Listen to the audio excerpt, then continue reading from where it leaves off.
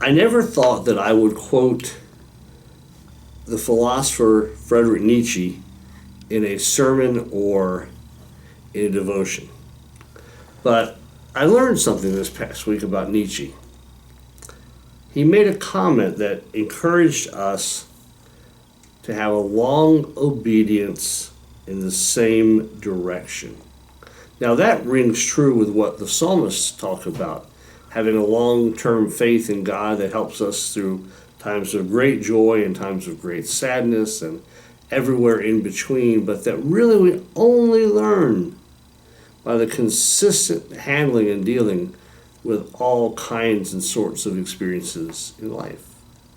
Hence that long obedience in the same direction.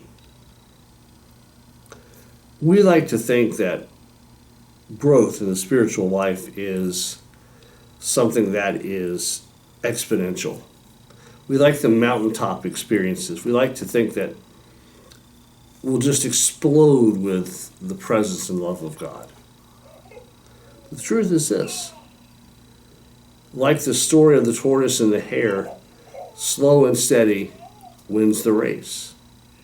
Particularly if you phrase slow and steady as long obedience in the same direction. That's what we're called to. The Japanese concept of Kaizen, Kaizen, talks about being 1% better today than you were yesterday, and 1% better tomorrow than you were today.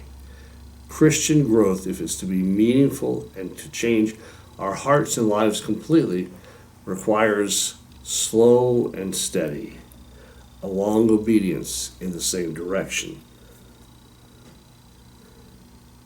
May that obedience be for us. Because when we have that kind of relationship with God, and as we continue to journey in that way, we develop character. And character includes patience and so many ways of living that reflect the love of Jesus for us and for all people.